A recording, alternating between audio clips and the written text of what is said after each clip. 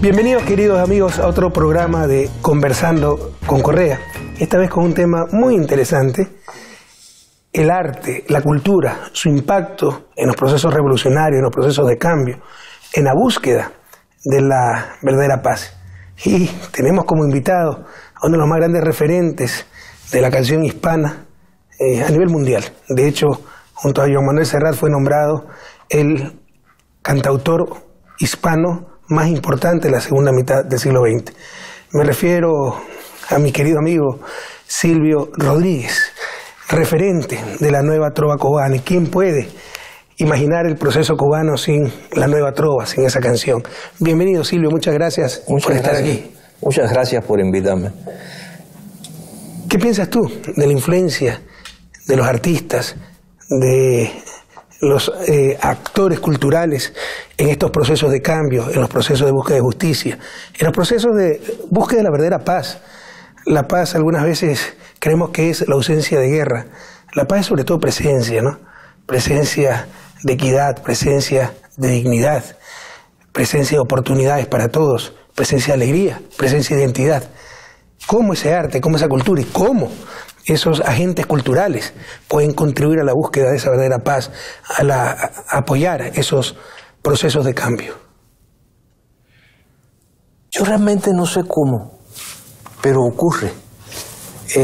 Quizás eso tenga su referencia más profunda en la necesidad del ser humano de dejar testimonio.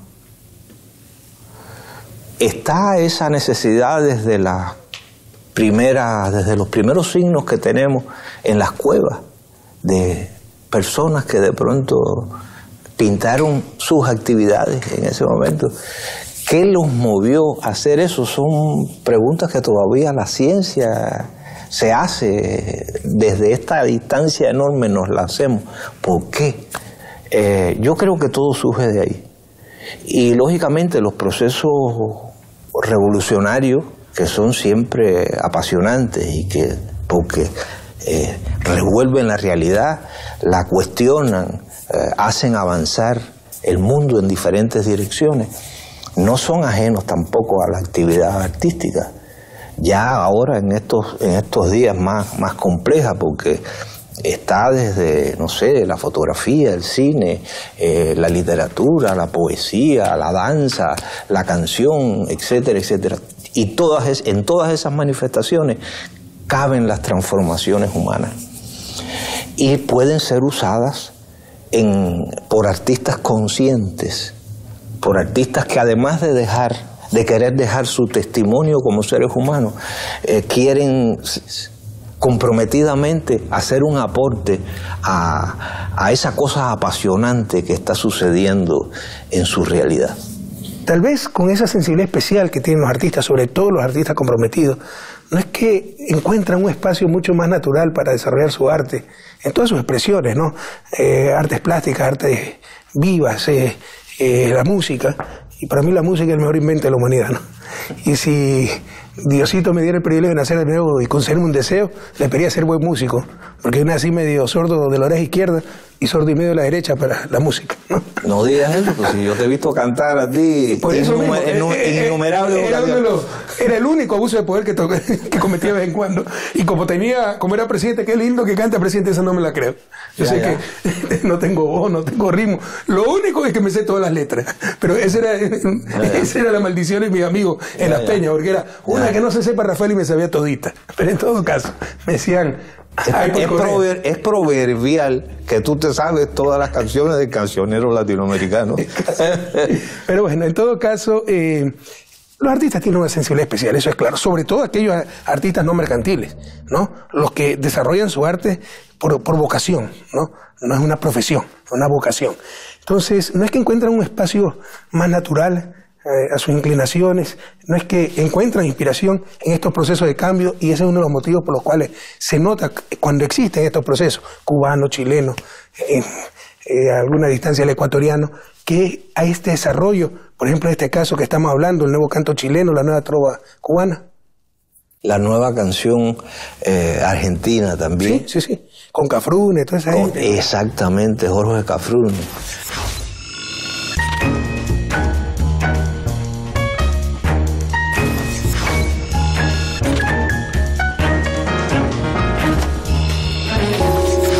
creo que la conciencia es ya algo que le sucede al individuo, incluso antes del individuo tener una vocación. Yo empecé a hacer canciones y es que no puedo hablar de la experiencia de otros, tengo que hablar de la mía, de la propia, porque yo supongo que eso ha llegado a cada persona de una manera muy particular. Entonces, a mí primero me atrajo, me sentí comprometido con lo que estaba pasando en Cuba, porque cuando yo tenía 12 años, recién cumplido, triunfó la revolución.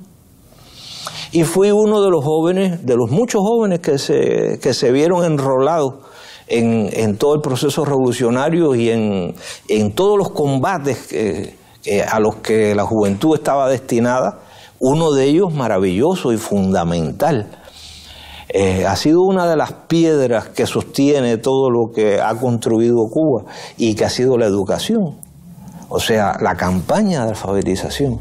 Eso es maravilloso y yo me siento realmente muy contento de haber vivido esa experiencia como alfabetizador. O sea, tú fuiste militante, estuviste ahí, participaste. Sí, es una forma militante, no. Yo fui un joven que entendió a través de los velos que nos quitó la revolución y sobre todo la palabra de Fidel.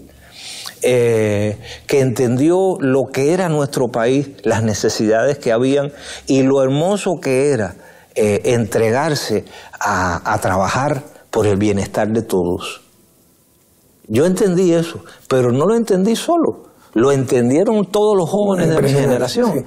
Sí. Y por eso cuando Fidel dijo, les vamos a pedir a los estudiantes secundarios un año de su trabajo escolar para que se vayan a los campos a alfabetizar.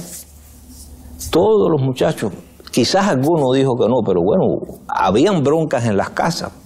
A mí mismo, tenía 14 años, hubo bronca en mi casa, porque mi padre quería dejarme ir, pero mi madre, que yo nunca había salido solo de mi casa, aquello fue un lío. Por suerte triunfó mi padre, ¿no? Y yo también que empujaba, porque me quería ir. En fin, toda esa aventura, ese abrirse a la realidad social, que fue la invitación que nos hizo la revolución. Este es su país, vamos a hacerlo entre todos. Sin duda, mucho antes de que mi vocación guitarrística o cancionística apareciera, influyó, determinó cuando empecé a hacer canciones, porque ya yo era una persona con una visión y con un compromiso como persona. O sea que esa cosa del huevo y la gallina, el huevo de mi gallina fue así. ¿Y hasta dónde es necesaria esa expresión artística para acompañar los procesos de cambio? ¿Cuánta influencia tuvo en la Revolución Cubana? ¿Es posible imaginar la Revolución Cubana y los procesos de cambio, como la Unidad Popular en Chile, sin el canto nuevo chileno, sin la nueva trova cubana? O sea, yo entiendo perfectamente. No es que una canción va a ser una revolución. Para nada. ¿Ya? Pero, ¿no? Para nada. Ayuda un poquito. La revolución se siente reforzada con una buena canción, sin duda, con buenas canciones y con arte. Sobre todo eso. Sobre todo tratando de que sean buenas. Porque no es solamente tener un compromiso con lo social, también es tener un compromiso con el arte. Porque si no, no eres artista. No puedes decir que eres artista. Eso lo decía mucho Alfredo. El arte tiene que ser de calidad. Sí, tiene que ser revolucionario, pero si no es de calidad, no es arte. Entonces tú le podrás llamar a ese engendro esa cosa revolucionaria, pero no arte revolucionario. Totalmente de acuerdo contigo. Es vital que el arte tenga calidad.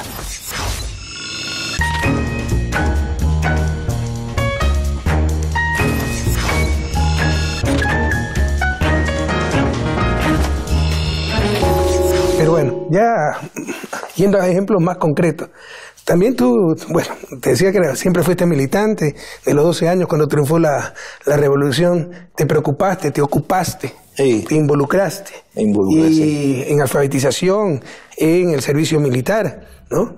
No, y en la milicia. En estos mismos días, que son días de abril, yo me hice miliciano el 15 de abril de 1961. En mi escuela, cuando atacaron las bases de aquí de La Habana, de San Antonio de los Baños, que es mi pueblo. Claro, pues tu pueblo fue bombardeado. Exactamente. En la invasión de Bahía Cochino. Exactamente, 3 días antes. Y Santiago de Cuba también, que fueron los 3 aeropuertos que atacaron. Ese mismo día que se armó la rebambaramba en mi escuela, yo estaba en 2º año de secundaria básica, y ahí nos organizamos entre 2 o 3. Yo estaba contando en estos días en mi blog que aquello fue tan increíble, porque enseguida llegó alguien con un Mauser y nos dijeron, pusieron unos sacos de arena delante de la escuela y dijeron, ustedes tienen que cuidar la escuela, la tarea de ustedes es cuidar la escuela. Imagínate. Entonces nos sentamos ahí con el Mauser aquel. Con 14 años, ¿no? Sí. Increíble. Y nos sentamos con aquel Mauser. Me acuerdo que mi primera guardia la hice porque el muchachito que estaba sentado con el Mauser, llegó el padre a ver qué era lo que estaba pasando, que el muchacho no regresaba a la casa, y cuando lo vio con el fusil aquel, lo agarró por la oreja, puso el fusil arriba y se lo llevó para la casa. Así eran las cosas. ¿Y sabía disparar? No, sabía disparar. ¿Y quién es usted, culicagao, para estar con un fusil en la que...? Y entonces era así. Así nos hicimos hombres de un día para otro. Aquella cosa que digo en una canción, del niño que se arranca los juegos de un tirón. Eso fue lo que nos pasó a nosotros. La realidad nos obligó a dar un salto para el que muchos todavía no estábamos preparados, pero que bueno, tuvimos que empinarnos y ponernos a la altura. Presidente, estaba conversando eso, de tu militancia, de tu involucramiento, y luego te embarcas en el Playa Girón, de tu espíritu aventurero. Sí, ahí lo de Playa Girón es la cosa del isleño. El isleño siempre tiene la interrogación de qué es lo que hay más allá. Y eso coincide con que en Cuba, por razones de desarrollo económico, se crea la flota cubana de pesca. Que nosotros, un país rodeado de mar, pero no teníamos una flota de pesca organizada, porque eso no se veía así. Y en aquel momento se crea la flota cubana de pesca, se reclutan a miles de jóvenes, se meten en los barcos y se lanzan a los jóvenes a los grandes pesqueros internacionales, zonas de pesca, que se le llaman pesqueros. Y ahí se metían meses, a veces años. Y entonces, que era un trabajo heroico, habían algunos que se volvían locos. Y yo me entero de eso y le digo a un amigo, ¿por qué no me ayudas a montarme en un barco de eso? Y yo voy y le canto a la gente allí. Y bueno, eso se dio y maté 2 pájaros de un tiro. Por una parte ayudé a los pescadores entreteniéndoles sus noches, y por otra me maté la incógnita de ver qué era lo que había un poco más allá del horizonte. Y te falta algo sumamente importante, porque estuve leyendo al respecto, y en 4 meses, 120 y pico días, hiciste más de 70 canciones. Hice unas cuantas. ¿Y en qué espacio podías escribir, pensar, retirarte? Yo compartía mi camarote, es decir, un pescador compartía su camarote conmigo. Yo no compartía nada. Yo era un extraño que llegué ahí. Él dormía abajo y yo arriba. En fin, así, cuando él se iba a trabajar, yo me quedaba solo ahí con una grabadorita pequeña que me había prestado un amigo, y ahí con 3 casetes de 90 minutos, y ahí grabé todo lo que se me ocurrió. Escribí muchísimo. Si mal no recuerdo, también Ojalá, ¿no? Que es de mis canciones favoritas. Ojalá la escribí. Qué preciosa canción. Ahí escribí, introducción en guitarra. Ahí escribí Ojalá, y ahí escribí una canción que a mí me gusta y que siempre la considero que es algo que de lo que he hecho que vale la pena, que es Playa Girón. Claro, Playa Girón. Que es Playa Girón. Por lo que dice. Sí. por lo que dice. Compañeros poetas. Sí, porque es como un arte poética, ¿sí? ¿No? Es que es eso mismo que tú has estado tratando de decir. O sea, ¿cómo me ubico? ¿Cuál es el papel de lo que yo hago en medio de este gran movimiento de gente? Quiero decirle al público que Silvio ha interpretado más de 500 canciones. De esas la inmensa mayoría tuyas, ¿no? Sí, sí. ¿Cuántas canciones tienes en total? ¿Llevas cuenta? No. Buenas no son muchas. No, por favor. Nos cansaríamos, no alcanzaría el programa de enumerarlas muy buenas. Y de mis favoritas, por ejemplo, el necio, que es un lema de vida, lo utilizan en discursos, ¿no? Claro. ¿Será que la necedad parió conmigo? La necedad de lo que hoy resulta necio. La necesidad de asumir al enemigo. La necesidad de vivir sin tener precio. Fabuloso. Claro. ¿Tienes alguna canción favorita de tu autoría? ¿Alguna canción favorita? ¿Mía o de otros? Tuya. Mía. Te voy a decir con sinceridad, la que estoy haciendo es la que más me gusta. Qué bien. Buena respuesta.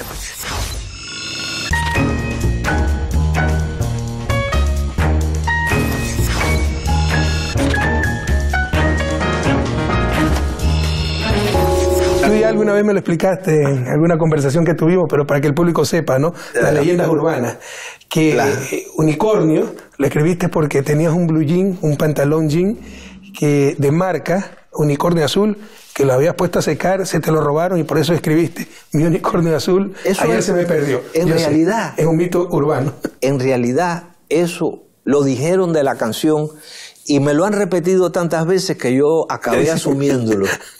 Exactamente, como hay gente que me dicen que me conocen de la prisión, por ejemplo, y que vienen convencidos, no, estuvimos juntos en tal lado, y cuando yo digo, yo nunca estuve preso, me dicen, no, yo te entiendo.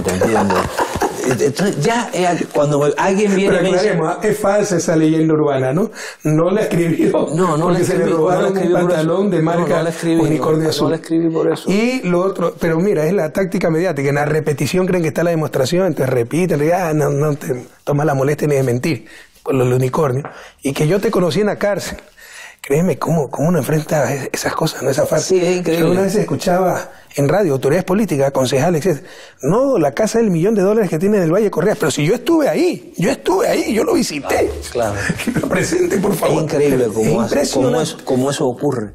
Y mira, es imposible dejar de aprovechar la oportunidad, Silvio, de hablar con alguien como tú, un personaje artístico histórico, tan comprometido, de una inmensa sencillez, porque tú has contribuido mucho a estos procesos de cambio, has inspirado generaciones enteras.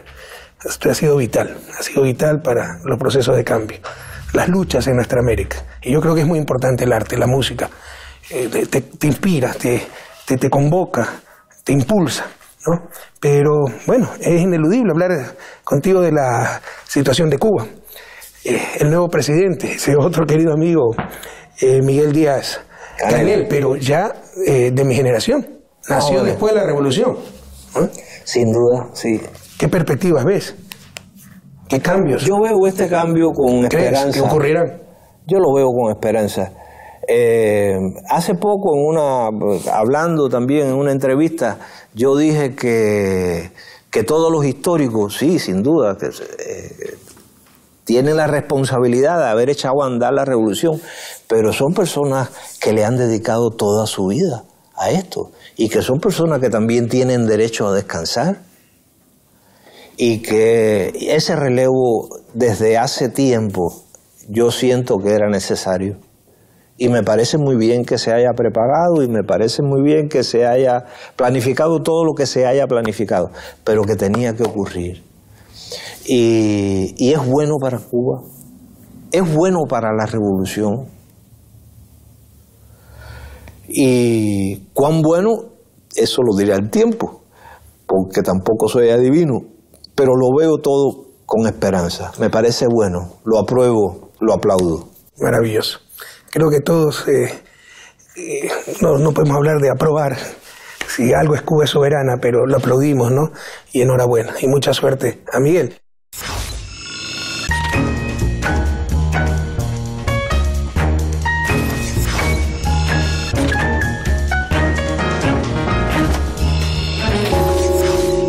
Te voy a hacer un ejercicio que yo detesto que me lo hagan a mí. Me voy a vengar de la tortura de ciertos periodistas. Además del ping-pong, que te dan una palabra y tú tienes que decir qué piensas. Te voy a dar nombre, pero no te quiero poner en esa presión.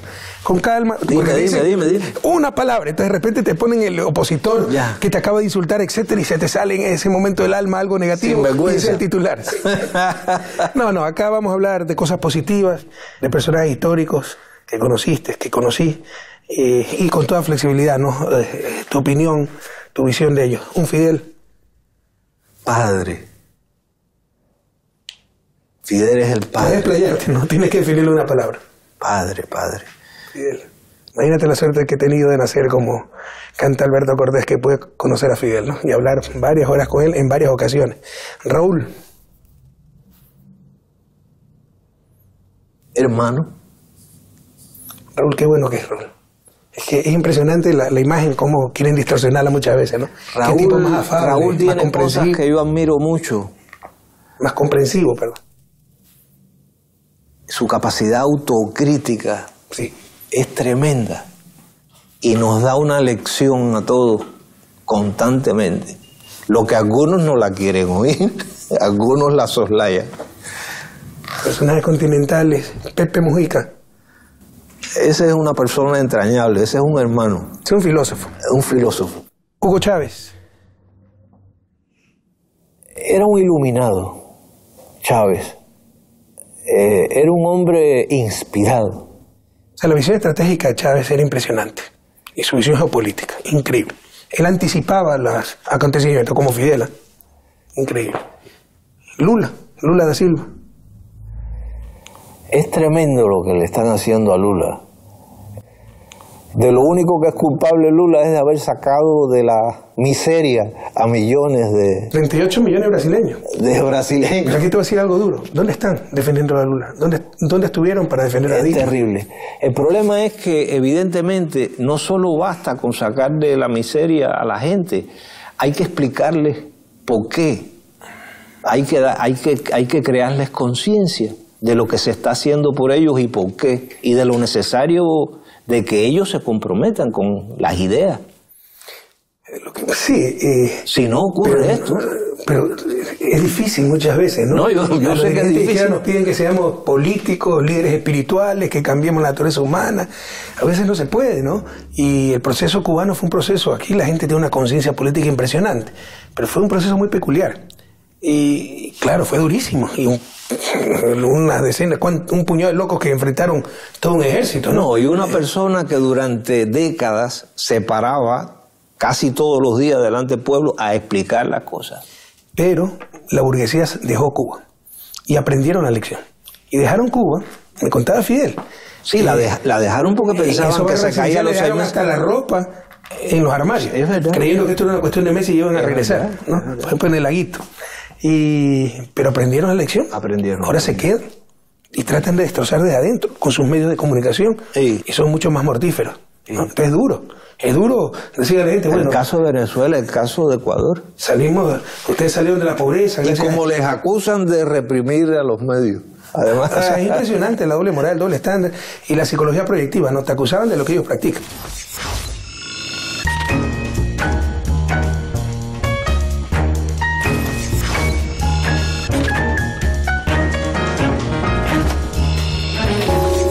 Bueno, personajes históricos y contemporáneos, ¿no? Evo Morales. Evo es la dignidad de América. Increíble, Evo, ¿no? Es la dignidad americana. Y su inteligencia natural, como la de Lula. Sí, a mí Evo me recuerda mucho, cuando veo a Evo y cuando lo veo hablar, me recuerda mucho a Guayasamín. Interesante. Yo no pude conocer al maestro Guayasamín. Ave María. Y murió cuando yo estudiaba en Estados Unidos. Ave María, te perdiste. Pero con la familia, los hijos somos muy cercanos, siempre nos apoyaron. Te perdiste a un tipo maravilloso. He leído lo que escribió, lo que decía. Conocer a Guayasamín me encanta. Conocer a Guayasamín era conocer las malas Guayasamín, las miradas, las entrañas de América. Era una cosa así. Estaba muy conectado con lo telúrico americano. Y a mí me parece que a Evo le pasa lo mismo. Es una de mis grandes frustraciones, no haber podido conocer y ser amigo del maestro Guayasamín. Sí soy muy amigo, bueno, amigos, y siempre nos apoyaron de que hubiera amado Guayasamín. Y tampoco pude conocer a García Márquez. Había un mutuo respeto, admiración, pero nunca nos pudimos encontrar. ¿Qué cosa? No lo pude encontrar. ¿Qué cosa? No lo pude conocer. Bueno, un último personaje de ese histórico, José Martí. José Martí. José Martí. Entiendo mucho a Martí a través de algo que dijo José Lezama Lima, de él. Ese misterio que nos acompaña. Porque como una persona que apenas vivió en Cuba pudo estar tan poseído del espíritu de Cuba durante toda su vida, al punto que llegó a convertirse en el símbolo más grande de Cuba. Es extraordinario, ¿no? Es un testimonio, ¿no? Como el Che. Y te iba a preguntar del Che. Aunque dije que era el último personaje histórico sobre el cual te preguntaba José Martí, porque el primero en las ideas, el primero en el trabajo y el primero en el frente de batalla, poniendo el pecho a las balas. Qué cosa. Por cierto, yo siempre te tuve mucho aprecio, Rafael, pero cuando te secuestraron, la actitud tan recta, tan viril que tuviste, realmente, no a mí solo, te nos creciste mucho, a todos. Omisión imperdonable, cerremos con broche de oro. ¿Qué es para ti Che Guevara? Para mí el Che es un ejemplo de dignidad humana. Por eso le escribí una canción que se llama Hombre, sencillamente Hombre. Desciende a mi ciudad tu ejemplo. Hombre. Ojalá que ese ejemplo nos inspire a todos, porque podemos estar de acuerdo, en desacuerdo con el Che, pero qué hombre más auténtico, qué hombre más coherente, qué testimonio de vida. Ni más ni menos. Muchas gracias, Silvio. Mucha suerte para ti, mucha suerte igualmente para nuestra querida Cuba, para su nuevo gobierno, para Miguel. Mucha suerte para Patria Grande. Sí. Y a ustedes, queridos televidentes, hasta el próximo programa de Conversando con Correa. Si no creyera en la locura. Es muy latinoamericana. En la garganta del sinsonte. Pero sinsonte, ¿quién sabe lo que significa sinsonte?